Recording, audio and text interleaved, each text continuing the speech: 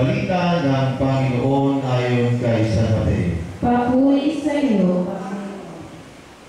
Noong panahon iyon, may mga Pariseo lumapit kay Jesus at tinangkang siluin siya sa pamamagitan ng tanong na ito. Naayon ba sa kautusan na hiwalayan ng lalaki ang kanyang asawa sa kahit anong kadahilanan? Sumagot si Jesus, hindi pa ba ninyo nababasa sa kasulatan na sa pasimulay, nilalang sila ng may kapal lalaki at babae?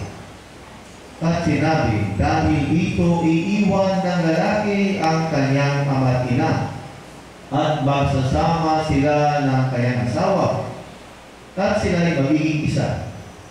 Kaya hindi na sila dalawa, kundi isa.